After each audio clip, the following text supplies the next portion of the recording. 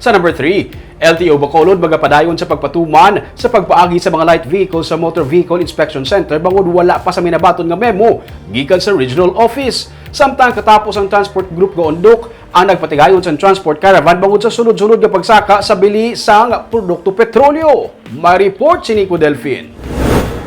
Sa kilid sang dalan Gatuslao nagtipon ang mga drivers ng jeep kag tricycle para sa ginpangunahan nga transport caravan sang undok kaina sang aga. Kabahin sa mga panawagan sang grupo ang pagkakasang dugang nga buwis sa oil company nga nagaresulta man suno sa ila sa padayon nga pagsaka sang presyo sang produkto petrolyo. Kadungan sini ang paghinyo nila sang dugang nga ayuda kag fare increase agud man makatibawas ang ila pamilya sa epekto sang pandemya. Nagalao man sila nga kuntani hindi ma-monopolize sa mga private motor vehicle inspection center ang pagpatuman sang Land Transportation Office sang Land Transportation Management System. Sa press release na ginpagwa sang LTO Central Office sa Manila, ginsiling ni Assistant Secretary Edgar Galvante nga nagapabilin nga suspended ang mandatory vehicle inspection sa mga PMVIC kag mangin optional lamang ini sa mga tag-iya kag operators sang salakyan.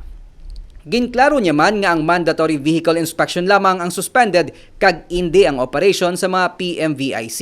Ginpahayag man ni LTO Bacolod Ruben Tampos nga sa idalom sang bag-o nga Land Transportation Management System, kutob lamang sa mga light vehicles, mga jeep, auto, motorsiklo kag iban pa nga salakyan ang sarang nila batunon kung ini ang nag-agi sa mga PMVIC nga nagaisanon pa lang nga naga-operate sa reclamation area.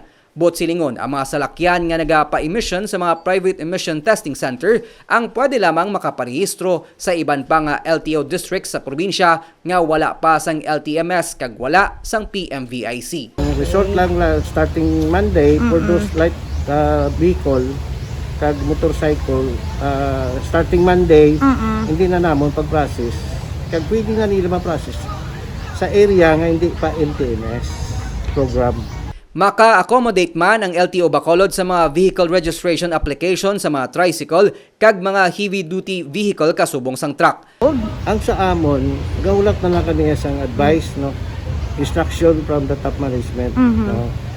Kag whatever naman ang next move nila, then we have to follow. Kasi hindi man kami kahimo lang sa amon nga program or function without instruction from Assistant Secretary or from the Secretary of the Department of Transportation. Mentras wala pa sang panibago nga memorandum nga nabato ng LTO Local Office gikan sa LTO Regional Office, magapabilin ang ila full implementation sang LTMS. Ini sa tuyo man nga mapasiguro ang roadworthiness sa mga nagabiyahe nga salakyan para man mapahagan-hagan ang posible pagluntad sang aksidente sa dalanon. Nico Delfin para sa DG Cast Negros.